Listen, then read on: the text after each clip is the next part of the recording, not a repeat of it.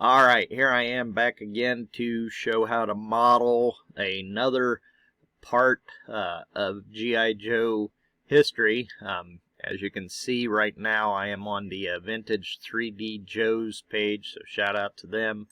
This is for the sample analyzer, of course. And as I scroll down here, there's some beautiful card art of the original. If you were lucky enough to find this on the toy store shelves back in the mid-1970s to have one. Of course, it came with 4 of these little specimen bottles. So, and here is mine, so that I've got. And of course, I have 3 out of the 4 specimen bottles. So, these things are very, very difficult to find.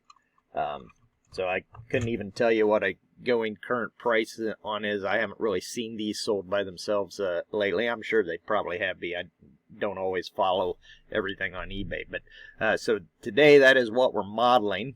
So I'm going to come in here and we will start a new part. So for this particular piece.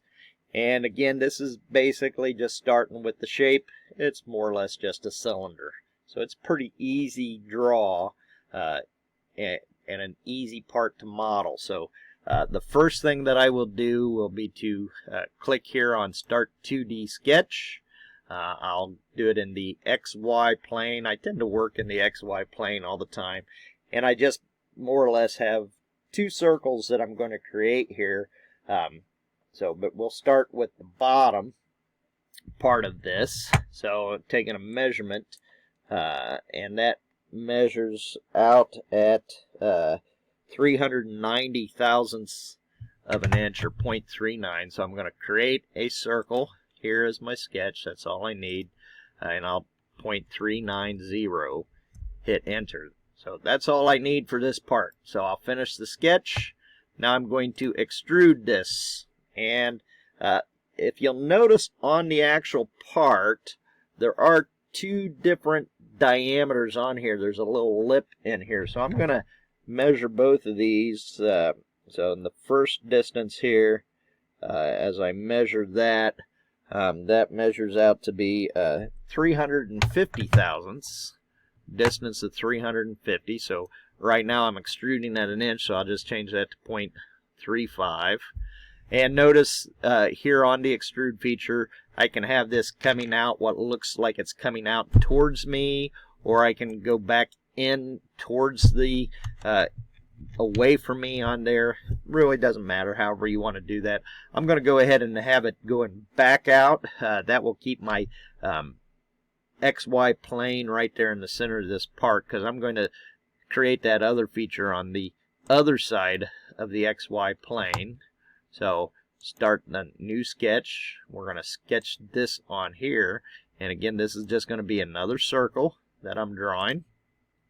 And this time we'll measure this part. This is going to be smaller than that.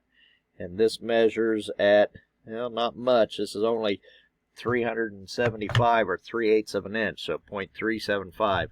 Kind of begs the question, not exactly sure why Hasbro did that way. Certainly it created a difference in their mold. Would have thought that it would have been easier just to kind of made it 1 dimension all the way down.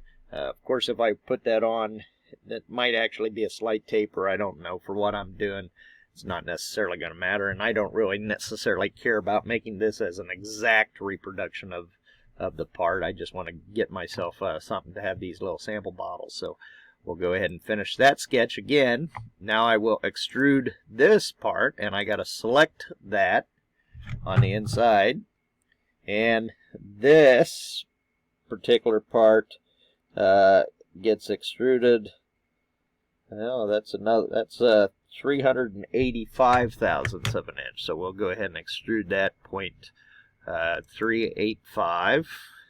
So hit OK. So now there's also a hole in the size of this. So I could do this a couple of different ways here when I model. I could actually use the hole tool, put that in. So let me go ahead. I'll select this plane. That's the face. And I'll do this concentric, so on the plane. Now if I rotate this around in my view, so you'll see here my concentric reference there. So, and now I just have to put my dimensions on the hole. So this hole, this is why your calipers come in handy, so I can measure that. It measures at 245 thousandths of an inch, pretty close to 250.245. So, and it is not a through hole. So here, this termination, which is right here, says through all. So I actually need to take that a distance.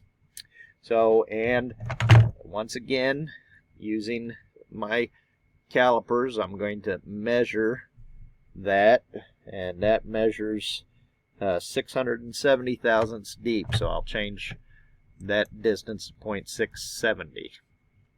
So, and this, notice here on my drill points with my hole feature, I can have a drill point that's a flat bottom. I can have the drill point that's an angle. In this case, this is a flat bottom hole, so I will select that as a flat bottom hole and click OK and apply it. So go ahead and exit out of this. Let me kind of rotate this around here so that you can kind of see this as we go.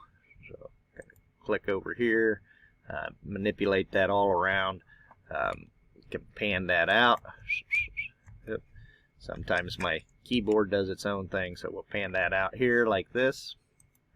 So that gets it in there. Now, if I wanted to, I could soften up these edges, but everything on this part pretty much looks like it is all at 90 degrees, so I'm going to leave that there. The only thing I'm going to come back up here and do is change this material to some other type of material. That type of plastic, of course. So, and it's a notice here's a polycarbonate clear. That probably works, gives me that clear dimension. So there's my bottle. We'll go file. I need to save this, so we'll save as. So brings up what I'm at. Here we go. We'll put this right in the G.I. Joe folder. And this will be the sample analyzer test bottle. Just name it as that. Click save. So, and there you have it. So there is my part, ready for 3D printing. So at this point, once I have that, so kind of get that back in there. Once I have that, it's all ready to go, and all I have to do is come up here in Inventor, go to my environments. Notice here it has the 3D print, so I'll click on that 3D print. Wait for my computer to come up. Kind of gives me the idea, and I want the STL file here, so I'm going to click copy as STL. Before I do that, I'm going to go to some print options. So I want to keep this as my source units. We can kind of make some changes here. Export colors.